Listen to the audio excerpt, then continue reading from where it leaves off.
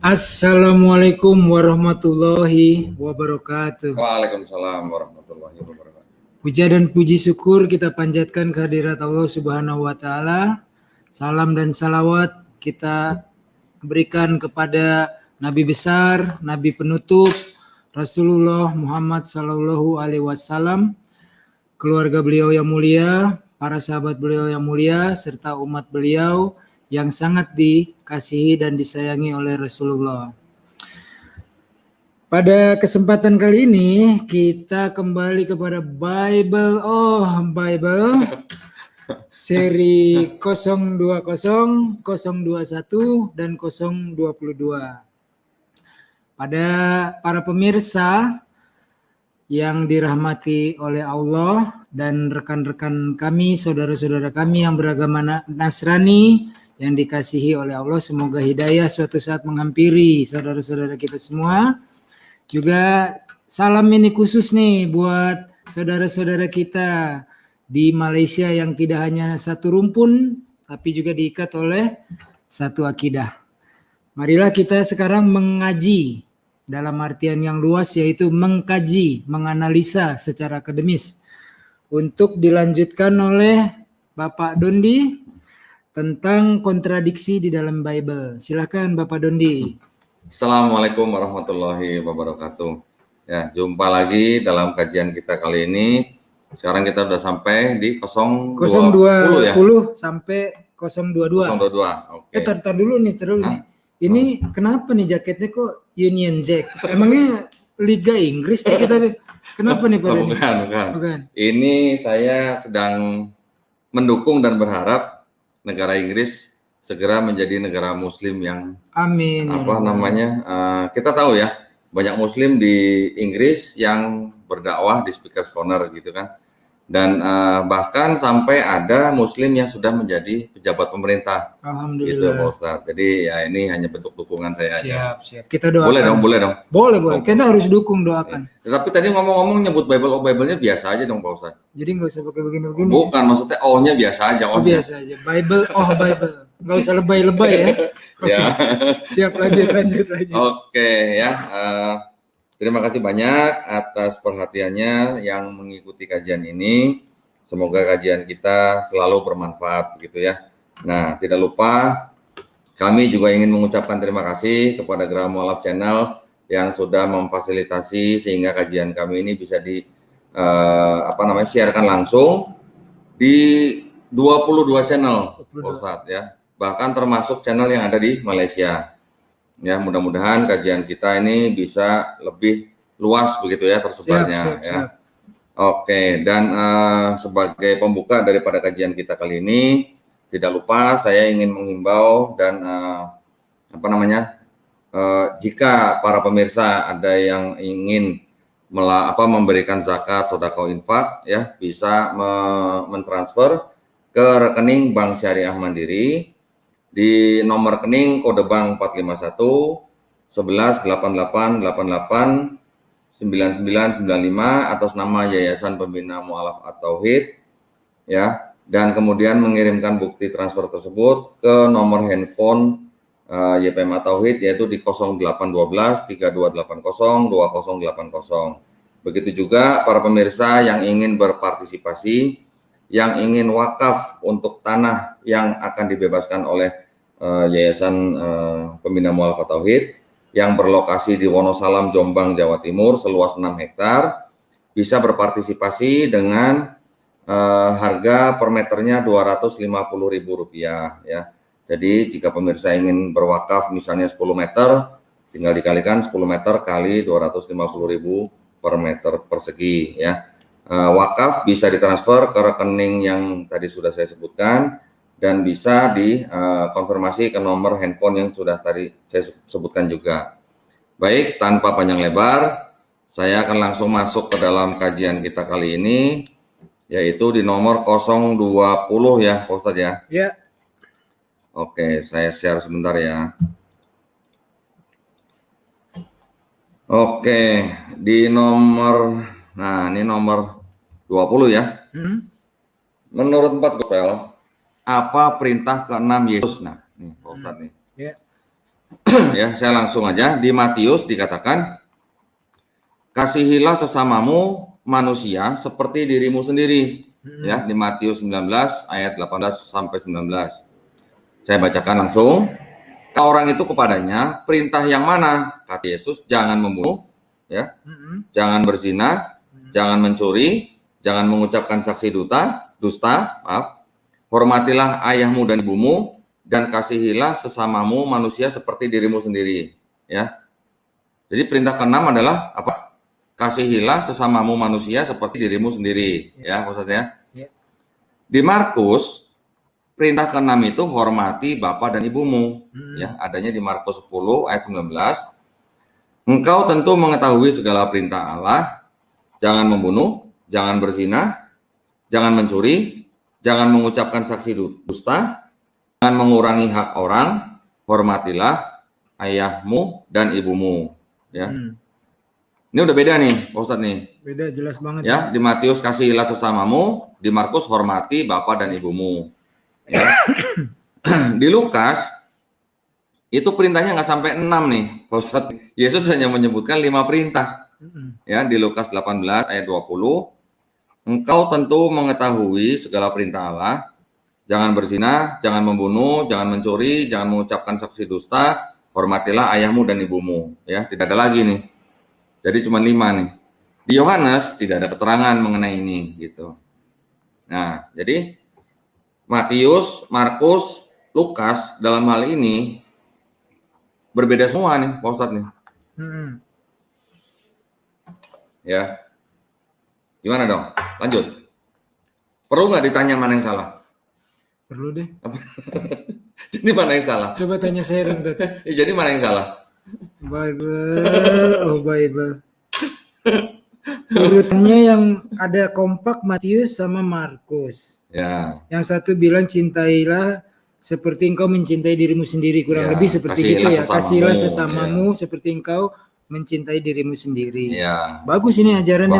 Bagus. Tapi kontradiksi nih. Yang nomor 6 hormati ayah ibu, udah jauh banget. Ya, walaupun sama-sama bagus. Ini sih mungkin kita nggak mungkin bukan murni kontradiksi ya. Oke. Tetapi ini bukti bahwa berita-berita yang ditulis oleh para penulis Matius, Markus, Lukas ini nggak matching gitu ya, nggak seragam gitu beritanya gitu.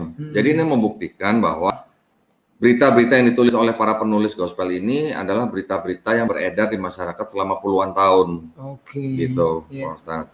In fairness, boleh nggak saya tanya secara adil?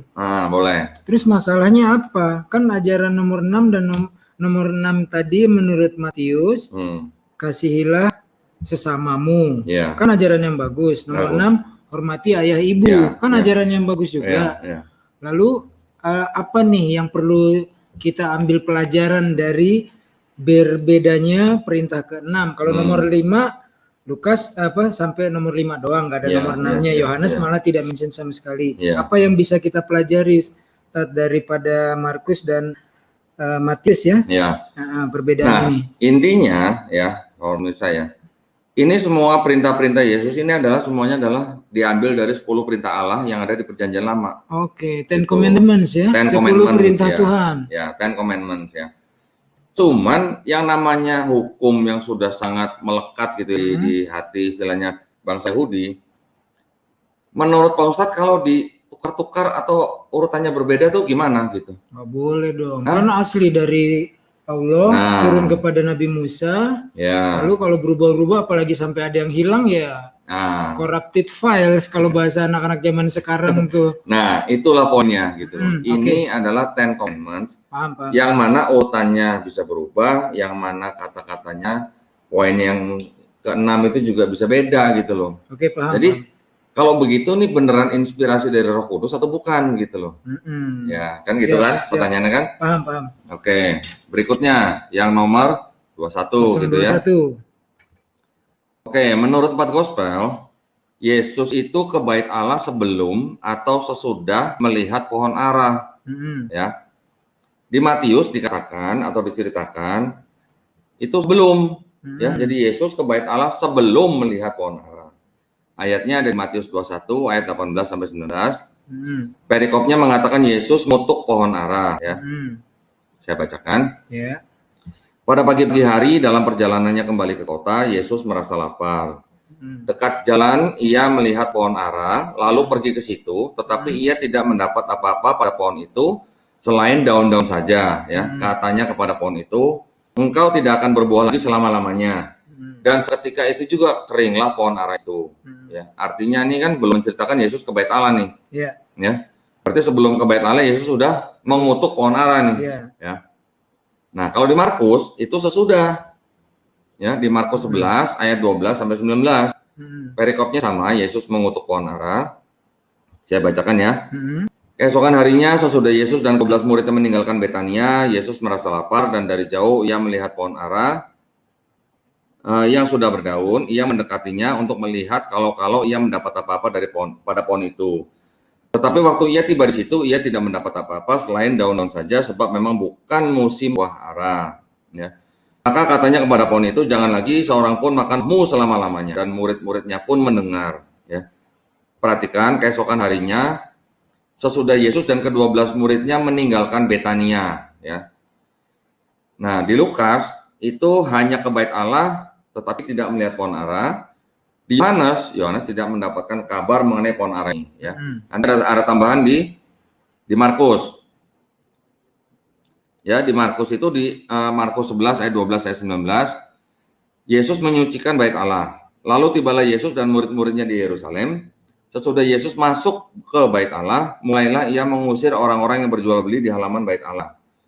Meja penukar uang dan bangku-bangku pedagang merpati dibalikannya, dan ia tidak memperbolehkan orang membawa barang-barang melintasi halaman Bait Allah. Ya. Lalu ia mengajar mereka, katanya, bukankah ada tertulis, rumahku akan disebut rumah doa bagi segala bangsa, tetapi kamu ini telah menjadikannya sarang penyamun. Imam-imam kepala dan ahli-ahli Taurat mendengar tentang peristiwa itu dan mereka berusaha untuk membinasakan dia, sebab mereka takut kepadanya. Melihat seluruh orang banyak takjub akan pengajarannya. Menjelang malam mereka keluar lagi dari kota. Nah, berarti di dalam cerita Markus, ya, Yesus melihat pohon aranya itu sesudah Yesus ke Bait Allah. Sedangkan Matius sebelum ke Bait Allah. Ya. Nanti mungkin para pemirsa bisa perhati juga di ayat-ayat sebelum dan sesudah ayat-ayat yang sudah saya berikan di dalam presentasi saya, gitu ya. Nah, bagaimana nih, Ustadz nih? Jangan tanya deh, ntar saya begini nih, nyerah mana yang salah. Oke. Tapi boleh nggak saya tanya sedikit, Pak Dondi? Artinya kontradiksinya ini kelihatan. Yeah. Matius, Markus sebelum dan sesudah ke Bait Allah, lalu mengutuk pohon ara. Yeah. Kemudian di Lukas ke Bait Allah tanpa melihat pohon ara. Yohanes tidak menyebutkan. Ya. Pohon ara ini benar nggak kalau disebut juga buah fig ya? Iya. Betul. Kalau dalam bahasa Indonesianya itu fig. Kan ada. Sorry. Buah fig itu kalau nggak salah yang saya tahu tuh buah tin. Buah tin. Ya. Ya, tin kan bahasa Indonesia yang diserap dari bahasa Arab. Ya. Makanya ada surat tin kan. Ya, betul. Watini wa zaitun. Betul. Udah pernah makan belum? Enak. Dulunya saya bingung pertama kayak apa nih. Enak pertama kali makan tuh, Masya Allah ini ada di Al-Quran baru. Betul. Umur. Udah pernah makan ya? Udah enak. Oke. Terus pertanyaan saya, ini Yesus mengutuk pohon ara. Ya. Tapi yang kedua, ini kan aneh nih, kalau seumpama kita ambil sakleknya, harafiahnya, bukan musimnya, tapi nyari buah ara. Analoginya saya deh, misalnya tidak sedang musim duku nih sekarang, atau musim durian misalnya, belum musim, lalu saya cari kemana-mana, ya kan nggak bakalan ketemu, ya kan? Setelah nggak ketemu, bukan musimnya, lalu pohon itu dikutuk, kan berarti digambarkannya ini banget, sadis banget, orang bukan musimnya, ya jelas aja nggak ada buahnya. Pertanyaan saya, apakah pohon ara ini personifikasi dari hal lain atau memang benar-benar secara harfiah pohon sebagai pohon? Nggak, kalau yang saya tahu itu adalah literal. Harfiah memang ya? Pohon ya. Oke, jadi bukan menggambarkan orang yang tidak disukai Yesus gitu, bukan. Tapi saya nggak percaya nih. Itu Yesus, memang literal. Tapi kan logikanya gini ya. Yesus bisa merubah air menjadi anggur. Oh iya, Ya. lagi ya. Apalagi bisa membangkitkan orang Iya. mati kan? Terus pernah saya dengar katanya kan memberikan makan Ya, memberi 5.000 orang. 5.000 orang. Itu Ini cuma membuat pohon ara berbuah, masa nggak bisa gitu? iya kan. Kenapa sampai mengutuk juga? Ya Udah kan? gitu salahnya apa gitu dikutukin? Siap. Mohon Ya. maaf nih jadi ketahan nih, Pak. Silakan lanjut. Ya, tapi nggak apa-apa. Itu memang logika-logika yang timbul dari suatu cerita yang ya memang apa ya dibilang lucu gitu ya. Iya. Kita orang Islam diajarin untuk kritis, Ya, harus ditanyakan, ya. nggak hanya sekedar imani saja, tapi Ya. kan kita harus juga tes secara akal. Ya. Nah, kurang lebihnya begitu. Memang mungkin di dalam teologisnya apa namanya? Saudara-saudara kita yang Kristen itu bisa apa namanya? Mungkin mereka bisa memberikan gambaran itu apa gitu lah ya. Mungkin analogi apa atau perumpamaan apa gitu, tapi yang saya baca semuanya itu literal. Literal ya. Untuk itu pohon ara itu literal. Siap. Mungkin ada teman saya nggak tahu lah ya. Cuman saya rasa juga belum pernah saya dengar penafsiran itu gitu loh, Pak Ustadz. Juga misalnya dia benci sama katakanlah para imam-imam di bait Allah yang telah begini begitu atau orang munafik atau orang apa sehingga dipersonifikasikan ke pohon ara enggak, Tat? Tapi ditulis ini Yesus merasa lapar. Oh iya ya. Hah? Kalau nggak ada tulisan lapar boleh lah ya. Ini ada kata laparnya loh. Iya. Jadi Kalau lapar berarti pohon itu literal dong. Iya nggak? iya, Yesus dalam cerita ini sedang lapar ya. Iya, ia merasa lapar. Ya. Iya merasa. Di Matius 21:18 Yesus merasa lapar iya. ya.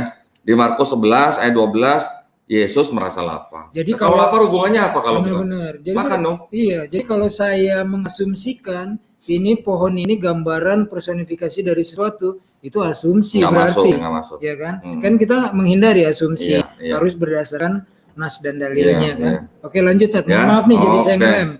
Siap. Nah, sekarang jadi nomor 22 ya. 022. Oke. Menurut Mbak Gospel, Yesus mulai pelayanannya di bumi itu sebelum atau setelah Yohanes Pembaptis ditangkap. Nah, ya di Matius tidak diceritakan. Ya, di Markus itu setelah Yohanes ditangkap. Ada di Markus 1 ayat 14. Sesudah Yohanes ditangkap, datanglah Yesus ke Galilea memberitakan Injil Allah, ya. Sesudah Yohanes ditangkap, datanglah Yesus ke Galilea memberitakan Injil Allah, ya. Ih, Tat, potong lagi nih penting nih soalnya Tat, supaya Taruh, saya nggak pusing. Mendingan saya selesaiin dulu. Oke, Ini oke. Ya. ini pendek kok ini. Iya. Di Lukas tidak diceritakan. Nah, di Yohanes nih. Di Yohanes itu sebelum Yohanes ditangkap, Yesus memulai pelayanannya di bumi. Ya, adanya di Yohanes 3 ayat 22-24. Sesudah itu Yesus pergi dengan murid-muridnya ke tanah Yudea dan ia diam di sana bersama-sama mereka dan membaptis, ya. Akan tetapi Yohanes pun membaptis juga di Ainon dekat Salim, sebab di situ banyak air dan orang-orang datang ke situ untuk dibaptis. Sebab pada waktu itu Yohanes belum dimasukkan ke dalam penjara. Nah, silakan mau nanya. Gimana? Tapi jangan diduluin pertanyaan lagi nih, mana yang salah. Enggak, udah silakan. Saya udah tinggal begini nih kalau tanya saya. Itu tadi waktu Ustaz menyebut Yesus mengabarkan atau memberitakan Injil. Ya. Ya kan? Ini bahasan ini akan sangat luas, tapi intinya bagi orang Islam itu betul diakui Yesus itu seorang utusan Allah, messenger. Jadi dia memberitakan Injil sebagaimana Musa memberitakan hukum-hukum Torah, Zabur kepada Daud, Al-Quran kepada Rasulullah SAW.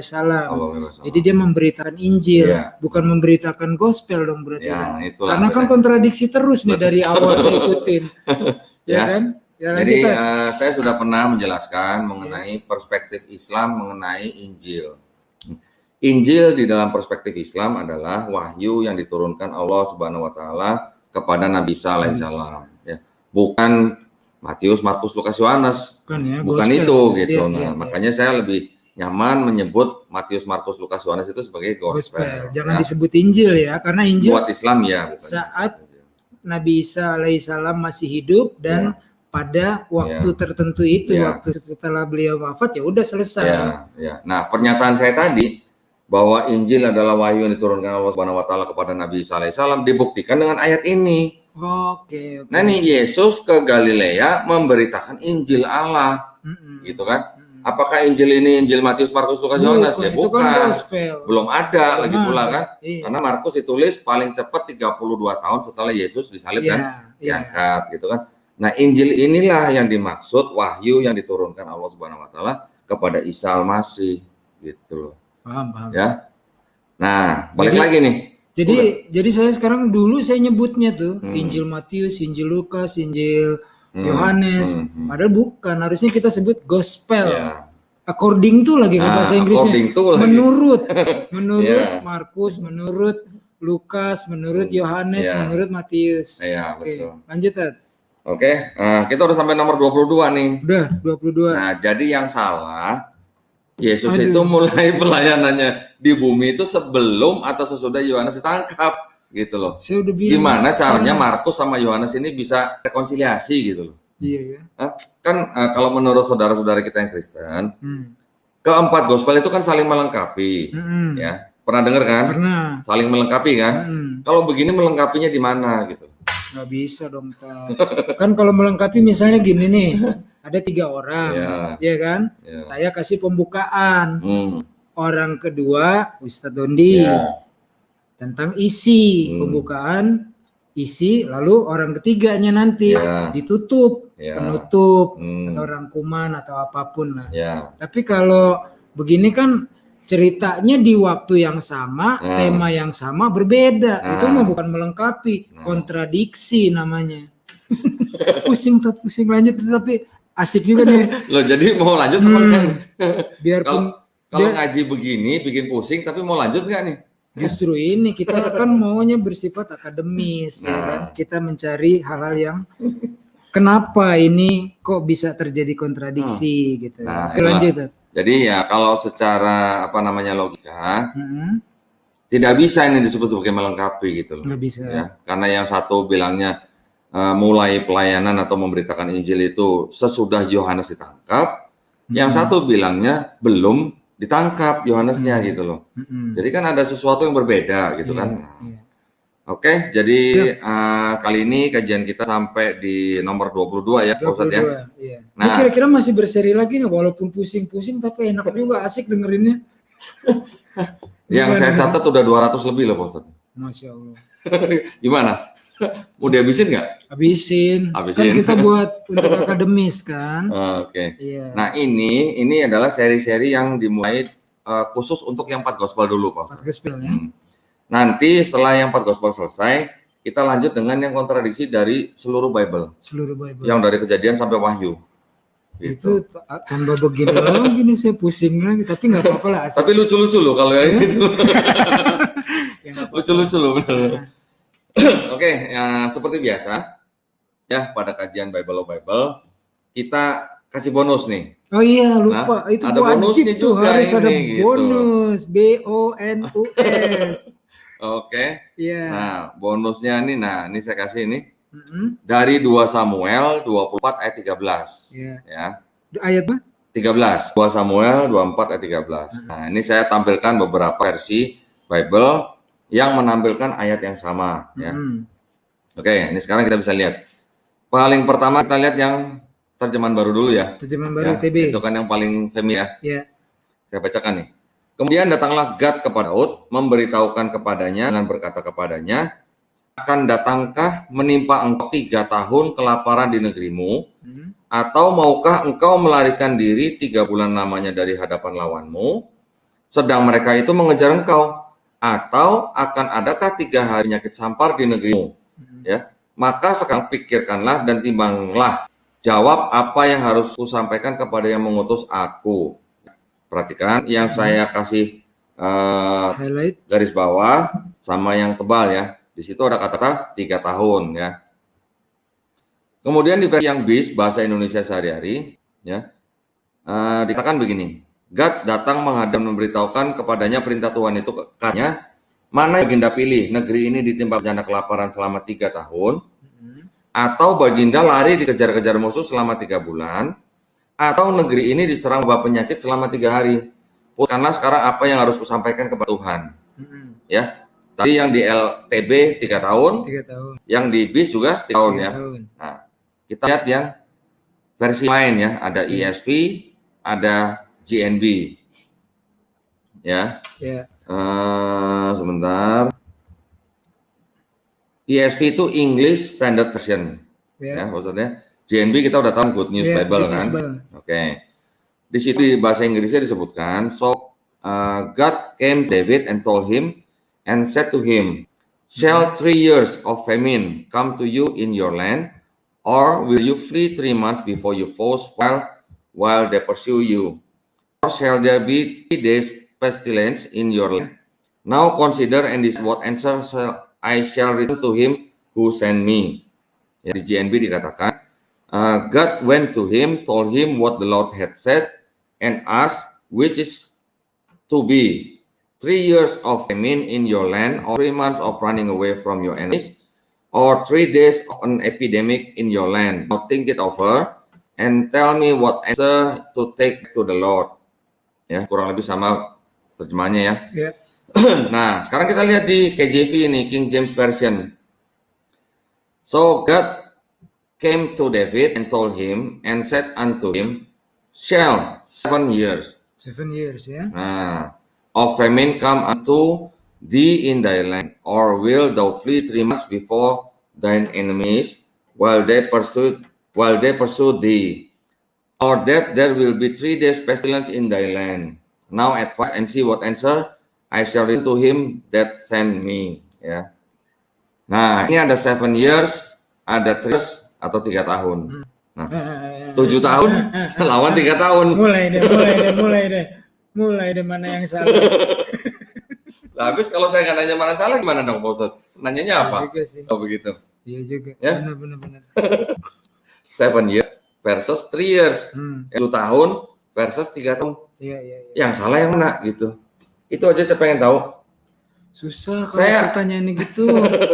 Kalau saya bilang yang salah TB pasti ngamuk lah terjemahan baru. Atau saya salahkan BIS, bahasa Indonesia sehari-hari, mereka marah. Bukan. Mereka merasa benar semua dong. AI mungkin tidak salah. Gitu. Mungkin. Iya. Karena dia menerjemahkan naskah atau manuskrip yang berbeda dengan yang diterjemahkan oleh KJV. Kuncinya di situ ingat. Itu. Di pengajian terdahulu kan ada 2 masalah. Pertama masalah terjemahan. Yang kedua masalah version. Terjemahan seperti kita kajian sebelumnya kan Yesus berbahasa Aramaik. Tetapi gospel ditulis dalam bahasa Yunani. 32 tahun sesudah Yesus wafat. Gimana tadi? Untuk terjemahan nih. Permasalahan di dalam terjemahan. Ketika Yesus alaihissalam hidup kan berbahasanya Aramaik, betul? Lalu nanti dibuat gospel dalam bahasa Yunani 32 tahun sesudah Yesus wafat. Ini kan ada permasalahan nih dengan terjemahan. Setelah terjemahan bermasalah dibarengi lagi dengan versi yang itu jauh setelahnya itu. Versi itu setelahnya itu baru ada di abad ke 16-17 baru ada versi itu. Iya betul, tapi secara garis besar kan ada 2 permasalahan utama. Yang pertama masalah terjemahan, kemudian belakangan ini banyaknya versi-versi, TB, KJV dan sebagainya. Sementara dari kajian sebelumnya kan kita udah mendapat kesimpulan bahwa versi yang bermacam-macam berkontradiksi karena diterang oleh Pak Dondi kan karena mereka mengambil 2 sumber yang berbeda. Jadi kalau ini bilangnya A misalnya, sumber lain bilang B. Jadi begitu disandingkan berbedalah antara KJV dengan terjemahan baru misalnya karena mereka 2 sumber yang berbeda. Begitu ya Pak Ustadz. 2 sumber yang berbeda itu asalnya adalah dari yang satu berbahasa Ibrani, yaitu yang disebut dengan Masoret, ya. Yang satu lagi berbahasa Yunani yang disebut dengan Septuaginta. Ya. Cuman kalau dilihat dari sisi umur itu lebih tua, jauh lebih tua yang Septuaginta.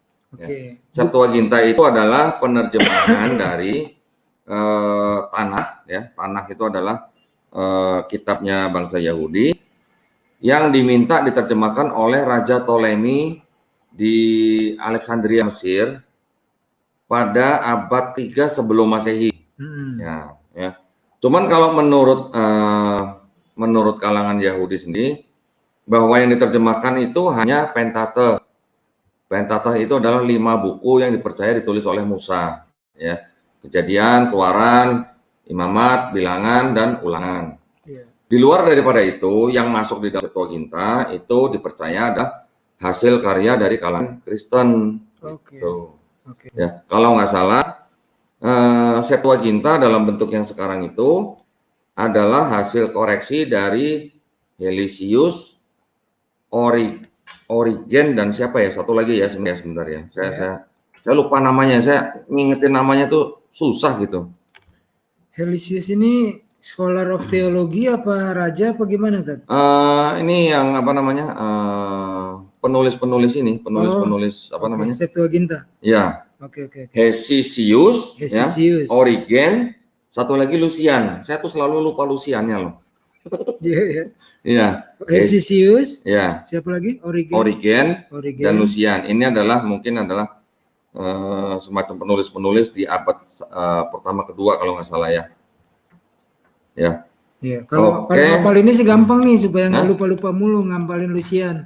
Lucian ya. Yeah. Saya malah yang lupa Luciannya mulu. Kan Hesisius, Origen, Lucian. Kan ada tuh anak-anak muda kalau bilang kesian deh lu gitu kan.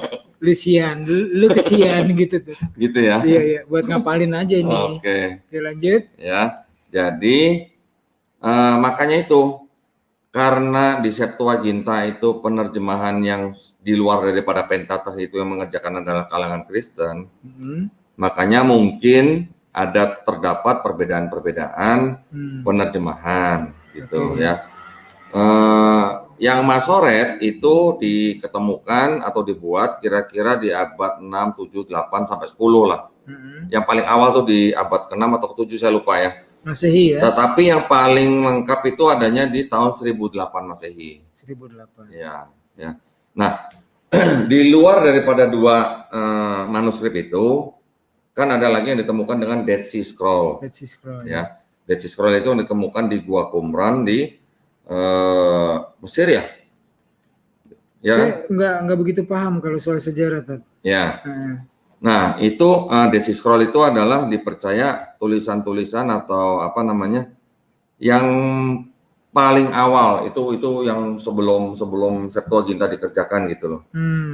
Iya. Ini jadi dijadikan rujukan juga. Ya, dijadikan rujukan juga. Tapi kalau Dead Sea itu kan kalau di bahasa Indonesia laut mati, scroll itu manuskrip ya, model-model seperti manuskrip gitu ya. Sebentar ya, saya takut salah ya, Coba kita cek ya Dead Sea Scroll ya.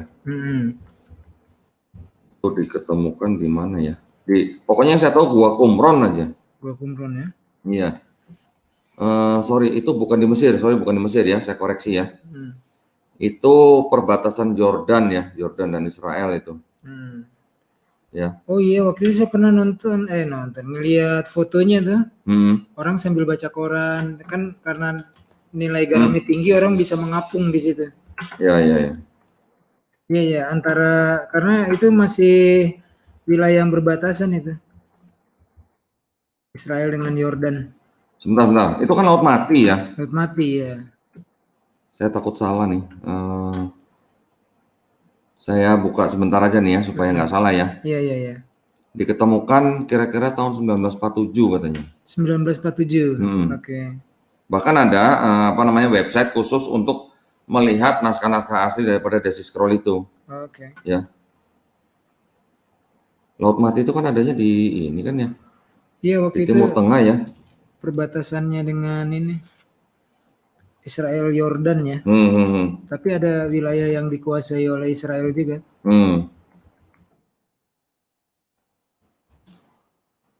Oke, saya cuma takut salah aja. Ya benar, Dead Sea, perbatasan Yordan dan Israel ya. Iya. Oke, jadi benar ya.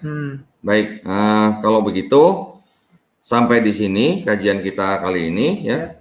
Dari 020 sampai 022 dengan bonus yang sudah tadi kita tampilkan. Ya. Mengenai perbedaan terjemahan di bukan terjemahan tadi? Version. Enggak, ini terjemahan, perbedaan terjemahan ya. Oke. Di 2 Samuel 24 ayat 13 ya. Oh, iya, Tadi benar. yang 7 tahun Ya, lawan 3 sama tahun. 3 tahun, iya. Yang salah yang mana? Aduh. Bible. Oke ya. Kalau begitu kita sudahi kajian kita kali ini. Semoga bisa menjadi manfaat bagi para pemirsa. Ya, jika pemirsa menyukai kajian kita, silakan like, share, dan subscribe ya. Jangan lupa bunyikan tanda lonceng supaya selalu mendapat notifikasi dari channel kami. Ya, sebelum saya tutup kajian kita, saya juga ingin mengingatkan kembali para pemirsa yang ingin menyisihkan rezekinya ya untuk zakat, sedekah, infak dengan mentransfer ke rekening Bank Syariah Mandiri dengan nomor kode bank 451 1188 88 9995 atas nama Yayasan Pembina Mu'alaf at-Tauhid ya. Dan juga bagi para pemirsa yang ingin wakaf, ingin berpartisipasi untuk wakaf ya, Pak Ustadz kita dari Geraha Mu'alaf atau Yayasan Pembina Mu'alaf at-Tauhid itu sedang membebaskan tanah seluas 6 hektar di daerah Wonosalam, Jombang, Jawa Timur ya, di mana di tanah itu nanti akan dibangun pondok pesantren dan juga pusat pendidikan bagi para mualaf. Nah, jadi nanti para mualaf akan diberikan bekal yaitu keterampilan kerja dan ilmu ya, sehingga pada saatnya mereka nanti kembali ke masyarakat bisa menjadi anggota masyarakat yang mandiri begitu ya. Jangan lupa ya jika pemirsa ingin berpartisipasi dalam wakaf ini bisa mentransfer ke nomor rekening yang sudah tadi saya sebutkan dan mengirimkan bukti transfer ke nomor handphone Yayasan Pembina Mu'alaf at-Tauhid di nomor 0812 3280 2080. Demikian yang bisa saya sampaikan, Pak Ustadz. Terima kasih banyak atas perhatiannya. Mohon maaf atas segala kekurangannya. Saya kembalikan ke Pak Ustadz Unggul sekarang. Ya. Nggak perlu panjang lebar lagi, kita sudah mengkaji sampai ke nomor 022 tentang kontradiksi dan ini rupanya masih berlanjut terus, kita akan terus pusing tapi asik nih, asik ngobrolnya kalau udah ditembak dengan pertanyaan mana yang salah, pusing tapi asik ya, kita ngobrol secara akademis, tidak ada penghujatan tapi kita sama-sama lah belajar mengkaji. Nah jadi dari semua itu kita makin menambah wawasan, menambah ilmu dan segala sesuatunya tidak cukup hanya imani saja. Just do as I said, don't do as I do, nggak bisa. Kita sama Allah waktu diciptakan dulu manusia dikasih otak, semua makhluk hewan juga dikasih otak, tapi ada kekhususan kita dikasih akal untuk meneliti, menguji semuanya. Kalau yang nggak bisa diuji dengan akal, itu namanya iman. Kita harus beriman. Tapi ada hal-hal yang kita perlukan akal. Jadi pusing-pusing sedap dong kalau gitu. Pusing-pusing sedap. Makanya nggak kapok nih. Walaupun ditanya begitu, saya jawabannya nyerah. Tapi asik. Oke ya, iya. Rekan-rekan yang dikasihi dan dirahmati Allah, juga saudara-saudara kami yang beragama Nasrani, penuh cinta kasih kami dalam Allah kepada saudara-saudara kami. Silakan bertanya dengan cara yang beradab dan santun. Kami tidak menghujat, kami tidak menghina. Sebaliknya juga begitu insya Allah dari saudara-saudara kami yang beragama Nasrani. Jadi silakan bertanya-tanya atau menyanggah dalam ruang dan koridor akademis. Saya kira cukup sekian dulu untuk para pemirsa. Terima kasih sekali lagi saya ucapkan kepada Geraha Mu'alaf atas waktu dan kesempatannya. Pada Pak Dondi juga kita sama-sama mengaji. Beliau nggak pernah mau disebut ustadz, disebut guru. Karena kita sifatnya mengkaji, belajar. Demikian para pemirsa yang dikasihi dan dirahmati Allah. Saudara-saudaraku Nasrani yang dikasihi dalam Allah. Kami amit mundur, sampai ketemu dalam video-video berikutnya. Wassalamualaikum warahmatullahi wabarakatuh. Waalaikumsalam warahmatullahi wabarakatuh.